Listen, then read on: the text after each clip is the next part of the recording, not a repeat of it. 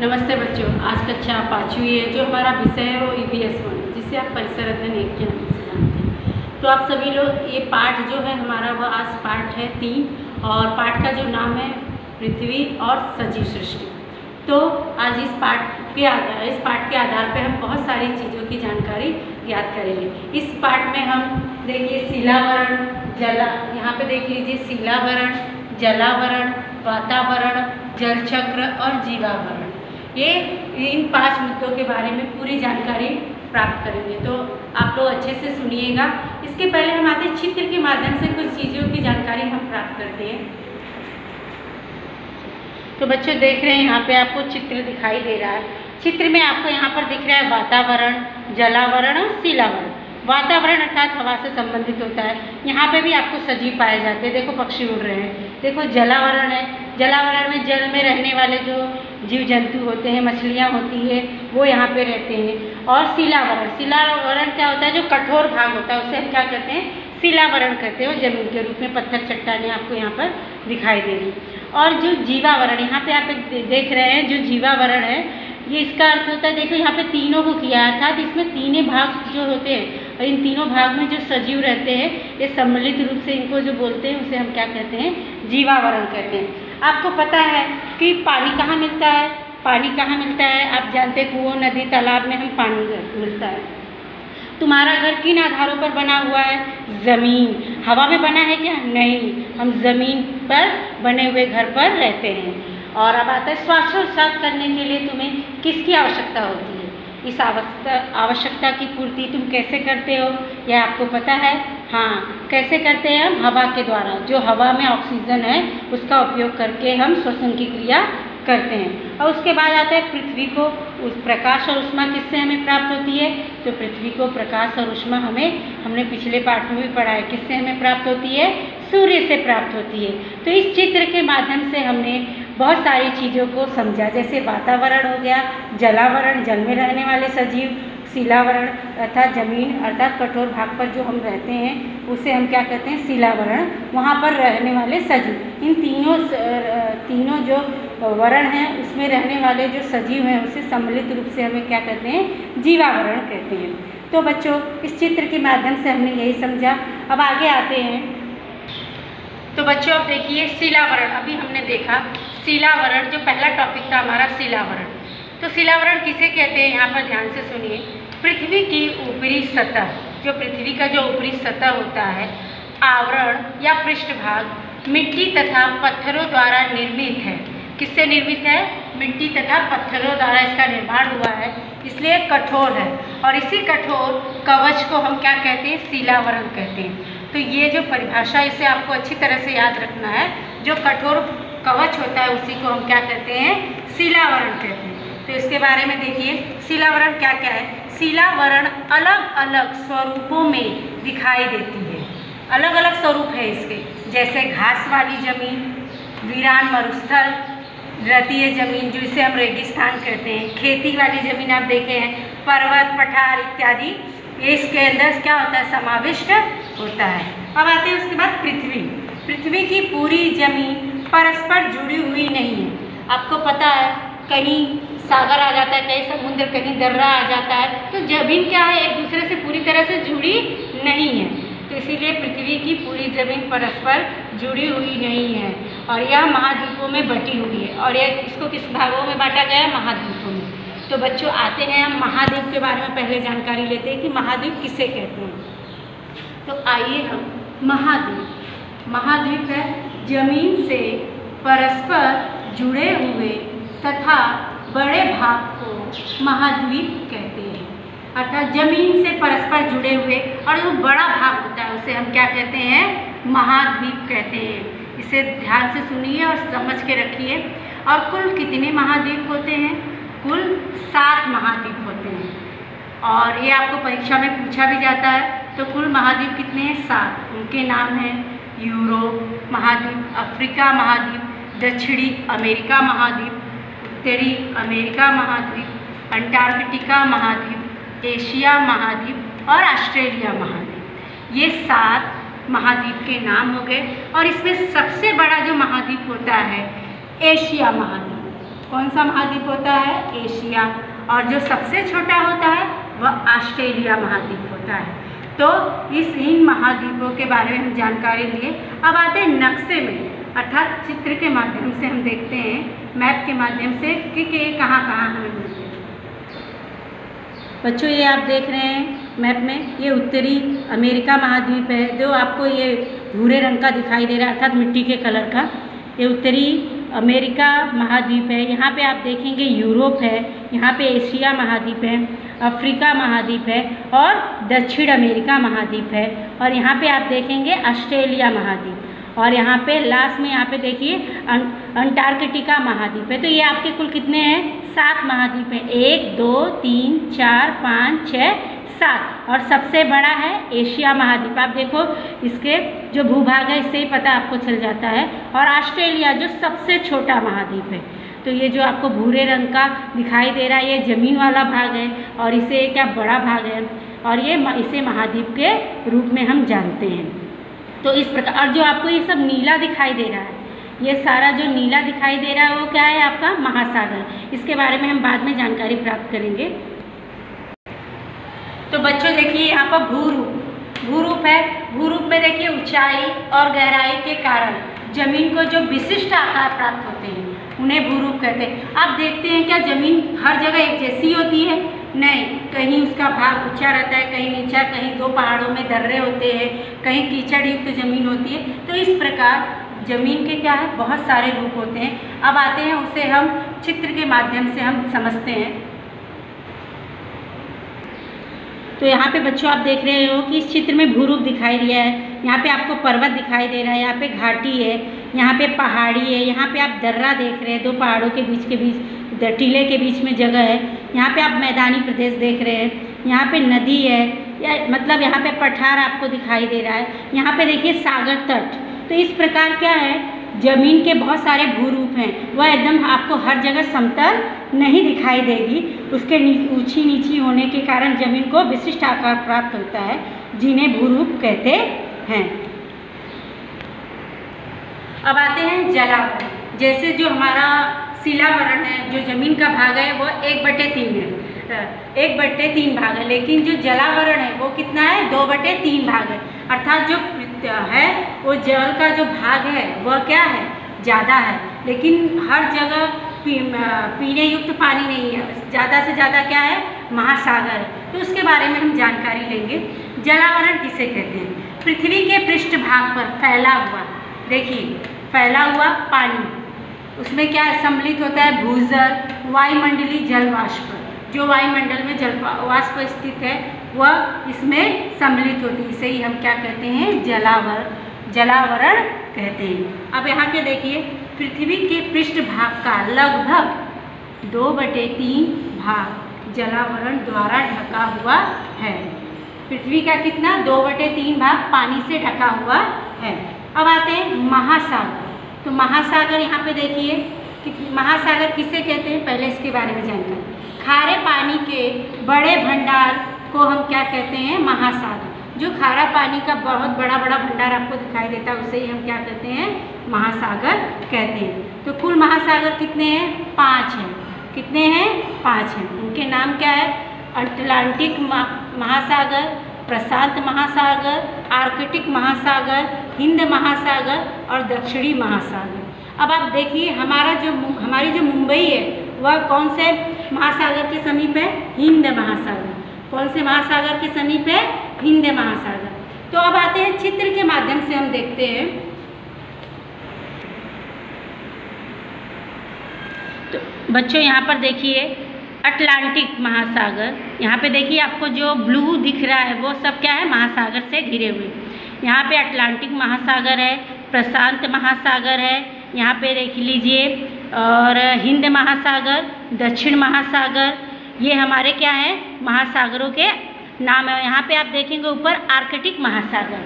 तो ये 5 आपके महासागर यहाँ पर आपको दिखाई दे रहे हैं। और ये जो ब्लू वाले हैं जो पानी के रंग में आपको यहाँ पर दिखाई दे रहे हैं। इस प्रकार ये 5 महासागर हैं हमारे।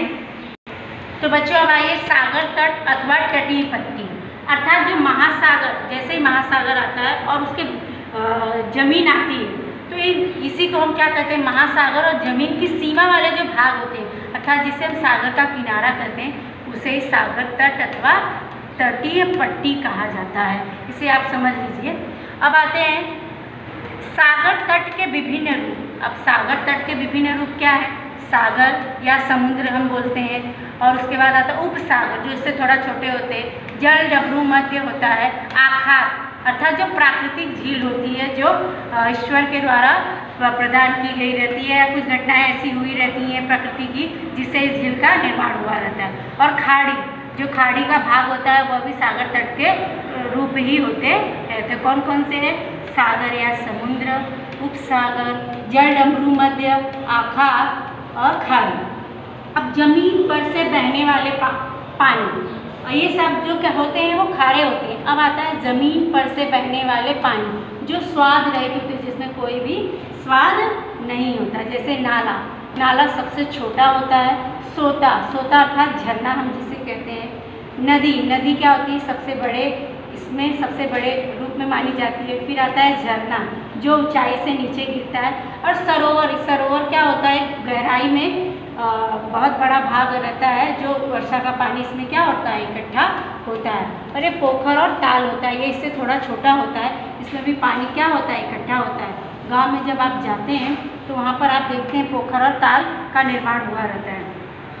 उसके बाद हम आते हैं, ये जलावरण का ये रूप हो गया। अब उसी जलावरण में हिम स्वरूपी पानी भी होता है। हिम मतलब बर्फ के रूप में पानी हमें मिलता है। जैसे यहाँ पर देखिए, पानी की बूंदें ठंडी होने से तैयार हिमकण अर्थात जो बर्फ के कण होते हैं उससे क्या होता है? हिम वर्षा होती है। देखिए, हिमकण होता है, हिमवर्षा, फिर जमीन पर बर्फ की परत होती है और खिसकने से हिमनद बनता है। याद रखिए, हिमकण जो छोटे छोटे कण होते हैं वो होते हैं। फिर उसके बाद हिमवर्षा, बर्फ की वर्षा होती है, और जमीन पर बर्फ की परत, परत क्या होती है? धीरे धीरे एक के ऊपर इकट्ठा हो जाती है और विशाल पर्वत के रूप में हमें दिखाई देती है। और जब यह इकट्ठा हो जाती है तो धीरे धीरे सरकने लगती है, और जब ये सरकती है तो यह क्या होता है? ऊष्मा, सूर्य की ऊष्मा पाकर यह धीरे धीरे पिघलने लगती है और खिसकने से क्या होती है? हिमनद बनता है। यह पानी के रूप में धीरे धीरे थोड़ा थोड़ा बहने लगती है। इसे ही हम क्या कहते हैं? हिमनद कहते हैं। अब आती है कि यहाँ पर देखिए एक और रूप हमें दिखाई देता है पानी का, प्लाविहिम या हिमशिला। आप देखते हैं समुद्र में बड़े बड़े पत्थर, आप टाइटैनिक पिक्चर देखे होंगे, उस पिक्चर में आप देखिए जो बीच में बर्फ था तो उसके क्या हो गए? बहुत सारे टुकड़े हो गए, तो क्या हो गया? पानी में तैरने लगे। उसी प्रकार समुद्र में तैरने वाले बर्फ के जो बड़े टुकड़े होते हैं, छोटे टुकड़े, उसे हम क्या कहते हैं? प्लाविहिम या हिमशिला कहते हैं। शिला मतलब पत्थर, पत्थर के रूप में बड़े बड़े वो क्या होते हैं? समुद्र के ऊपर तैरते हैं। तो वह भी पानी का ही एक रूप होता है जो बर्फ के रूप में तैरते हैं। अब आते हैं भूजल। अब पानी कहाँ? भूमि के अंदर। भूजल अर्थात भूमि के अंदर भी पानी पाया जाता है, जिसका उपयोग हम पीने के लिए करते हैं। यहाँ पर देखिए, भूजल जमीन के अंदर चट्टानों की परतों में संचित पानी, संचित अर्थात इकट्ठा जो पानी होता है, वर्षा होती है, वह पानी ज़मीन के अंदर या किसी भी कारण से वह ज़मीन के अंदर जाकर क्या होता है?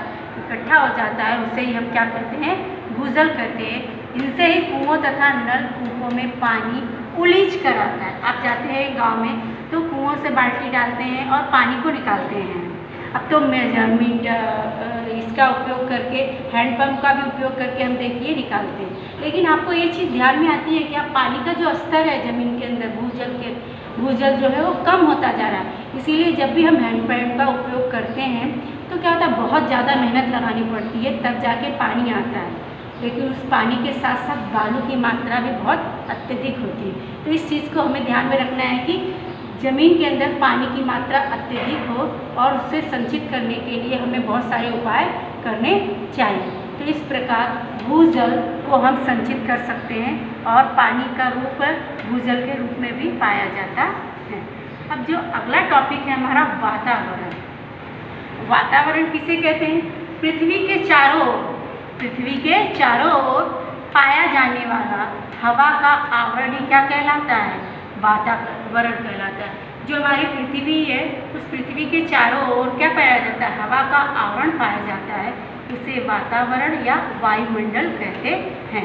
अब वातावरण के घटक क्या है बच्चों, देखिए वातावरण के घटक में नाइट्रोजन, ऑक्सीजन, जल वाष्प, कार्बन डाइऑक्साइड, अल्प मात्रा में कुछ अन्य गैसें पाई जाती हैं। ये वातावरण के क्या हैं, घटक हैं। तो अब आता है वातावरण की महत्वपूर्ण परतें क्या हैं। यहाँ पर आप देखिए वातावरण की महत्वपूर्ण परतें में क्षोभ मंडल, समताप मंडल, मध्य मंडल, आयन मंडल और बाह्य मंडल, ये क्या है, वातावरण की महत्वपूर्ण परतें हैं। और पृथ्वी पर होने वाली अनेक जो घटनाएं हैं वह इनके ऊपर क्या होती है, निर्भर होती है। तो अब आते हैं हम चित्र के माध्यम से इसे हम देखते हैं कि इसकी क्या क्या महत्वपूर्ण विशेषता है। बच्चों ये आप देख रहे हैं पृथ्वी का वातावरण है। यहाँ पर आप देखेंगे आपको पृथ्वी दिखाई दे रही है, ठीक इसके ऊपर क्या है, क्षोभ मंडल है। और क्षोभ मंडल के बाद क्या है, समताप मंडल, फिर उसके बाद देखेंगे मध्य मंडल, फिर आयन मंडल और वायुमंडल। आप देखते हैं जैसे जैसे हम पृथ्वी के से अधिक ऊंचाई पर जब जाने लगते हैं तो हवा क्या होती है, कम होती जाती है, अर्थात विरल होती जाती है। और यहाँ पर आप देखेंगे कि ये मंडल बहुत सारी घटनाओं का, पृथ्वी की घटनाओं का कारण बनता है। तो इसमें सबसे महत्वपूर्ण क्या है, क्षोभ मंडल। यह क्योंकि पृथ्वी से ठीक 13 किलोमीटर की ऊंचाई पर रहती है। तो क्षोभ मंडल में आप देखेंगे इसमें यह क्या है, इसमें बादल, वर्षा, कोहरा, पवन और ये सब जो बिजली कड़कती है, आदि तूफान आते, आदि सभी घटनाएं क्या होती हैं, इसी क्षोभ मंडल में होती हैं। और यहाँ पर आप देखेंगे कि ये इसके ऊपर ठीक देखिए, इसके ठीक 50 किलोमीटर तक, पृथ्वी से 50 किलोमीटर तक अब क्या करेंगे, यहाँ पर देखिए समताप मंडल होता है और इन दोनों के बीच में आती है ओजोन गैस। तो ओजोन गैस जो आती है यह जो सूर्य की पराबैंगनी जो किरणें होती हैं उन किरणों को क्या करती है, अवशोषित कर देती है।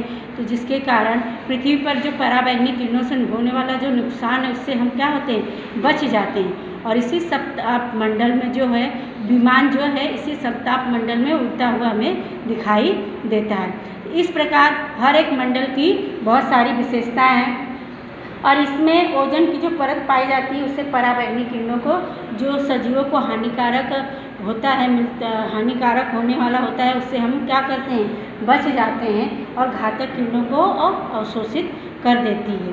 तो इस प्रकार हम इस चित्र के माध्यम से हमने, और जैसे जैसे ही हम ऊपर जाते हैं, जैसे मध्य मंडल आया और हवा विरल हो जाती है, आयन मंडल में और हवा विरल हो जाती है, और लास्ट में जो बाह्य मंडल आता है यहाँ हमें बिल्कुल हवा नहीं पाई जाती है।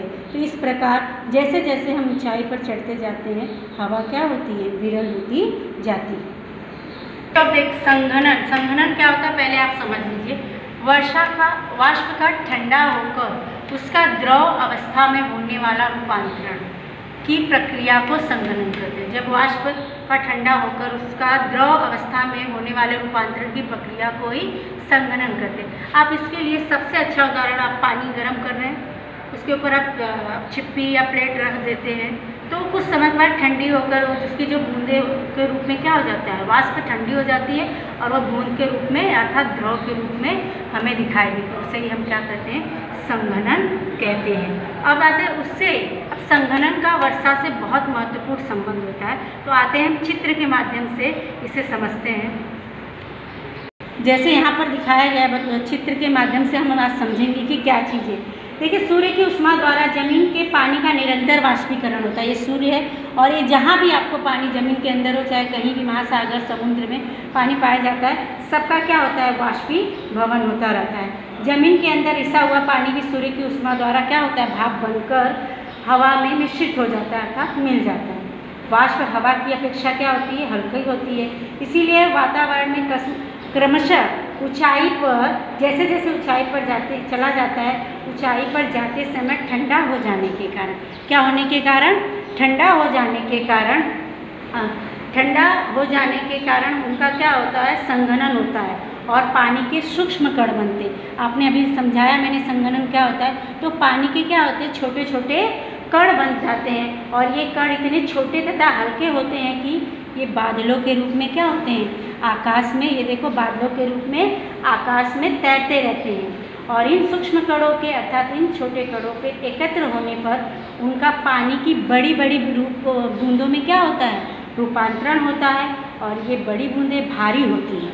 और जब ये बड़ी बूंदें हो जाती हैं तो क्या हो जाती हैं, भारी होती हैं। और इसलिए तब ये भारी होने पर क्या होता है, ये तैर नहीं पाती हैं और यह आकाश में जो है वह तैर नहीं पाती। और ये बूंदें तैरने न पाने के कारण क्या होती हैं, वर्षा के रूप में ज़मीन पर गिरती हैं। और वर्षा के रूप में ज़मीन पर आया हुआ पानी स्रोतों, नालों, नदियों में से होकर कहाँ मिल जाता है, आप देखिए वापस यहाँ से यह क्रिया होती है, यहाँ से वाष्पीकरण हो रहा है, फिर यहाँ पे आप क्या कर रहे हैं, बादल के रूप में बनते हैं और जब भारी हो जाते हैं तो बूंदों के रूप में वापस वर्षा होती है, वापस ये समुद्र में आकर या नदी तालाब में क्या होते हैं, मिल जाते हैं। और हिमाच्छादित प्रदेशों में सूर्य की उष्मा द्वारा ही वहाँ बर्फ़ पिघलकर पानी बन जाती है और यह पानी भी आकर कहाँ मिलता है, यह पानी भी आकर नदियों में मिल जाता है। और ज़मीन के जिस पानी का वाष्पीभवन द्वारा वाष्प बनता है, संघनन के कारण वर्षा के रूप में भी पुनः जमीन पर आता है और अंत में किस में मिल जाता है, समुद्र में मिल जाता है। पानी का वाष्पीभवन, संघनन और वर्षा इत्यादि क्रियाएं निरंतर एक चक्र की भांति क्या होती है, घटित होती रहती है। आप देख रही है यहाँ से वाष्पीभवन हुआ, यहाँ पे बादल बने, फिर बूंदे भारी होने पर फिर वर्षा होती है, फिर यहाँ पर पानी समुद्र में आ जाता है, बर्फ़ के रूप में हुआ भी पानी पिघलकर वापस समुद्र और नदी में आता है, फिर वही क्रिया हमेशा निरंतर चलती रहती है। इसी को हम जल चक्र भी कहते हैं। तो बच्चों वर्षा हमने अभी समझी और जल चक्र भी हमने चित्र के माध्यम से समझा। तो उसकी परिभाषा क्या है यहाँ पे समझ लेते हैं। जल चक्र जो टॉपिक है उसकी परिभाषा ये है, प्रकृति में वाष्पीभवन, संघनन और वर्षा होने जैसी तीनों अखंड रूप में होती रहती है। ये क्या होता है, वाष्पीभवन होता है, उसमें फिर संघनन होता है, फिर वर्षा होती है। यह तीनों अखंड रूप से इसका कभी खंडन नहीं हो पाता, यह हमेशा निरंतर चलती रहती है। इसे ही हम क्या कहते हैं, जल चक्र कहते हैं। इसे आपको याद रखना है।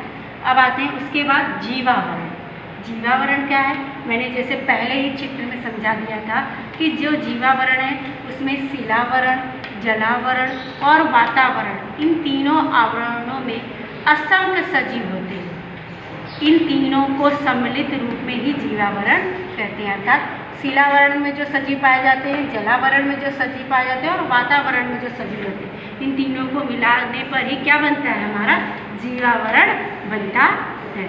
अब आते हैं यहाँ पर देखिए, पृथ्वी के विभिन्न प्रदेशों में अलग अलग प्रकार के सूक्ष्म जीव अर्थात छोटे छोटे जीव, प्राणी व वनस्पतियाँ पाई जाती हैं। जैसे बर्फीले क्षेत्रों में सफ़ेद ध्रुवी वृक्ष, अफ्रीका के जंगलों में देखिए जेब्रा पाया जाता है, ऑस्ट्रेलिया महाद्वीप में कंगारू और उष्ण प्रदेशों में सिंह तथा हाथी। इसी प्रकार जिस प्रकार आप प्राणियों में विभिन्नता आप देख रहे हैं, उसी प्रकार वनस्पतियों में भी अलग अलग प्रकार की वातावरण और जलवायु के अनुसार पाई जाती हैं।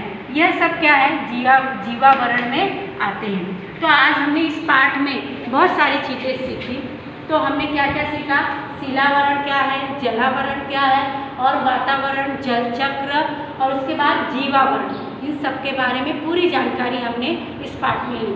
तो बच्चों इसमें हर एक पॉइंट जो है वह बहुत महत्वपूर्ण है। इसके हर पॉइंट को आप अपनी कॉपी में लिखिए और उसको जितना हो सके याद करने की कोशिश कीजिए। आप वीडियो बार बार जब देखेंगे तो आपको ये चीज़ें और अच्छी तरह से समझ में आएंगी। और शुक्रवार के दिन आप इसको अच्छे से लिखकर अपनी कॉपी में ग्रुप में भेज दीजिए। धन्यवाद।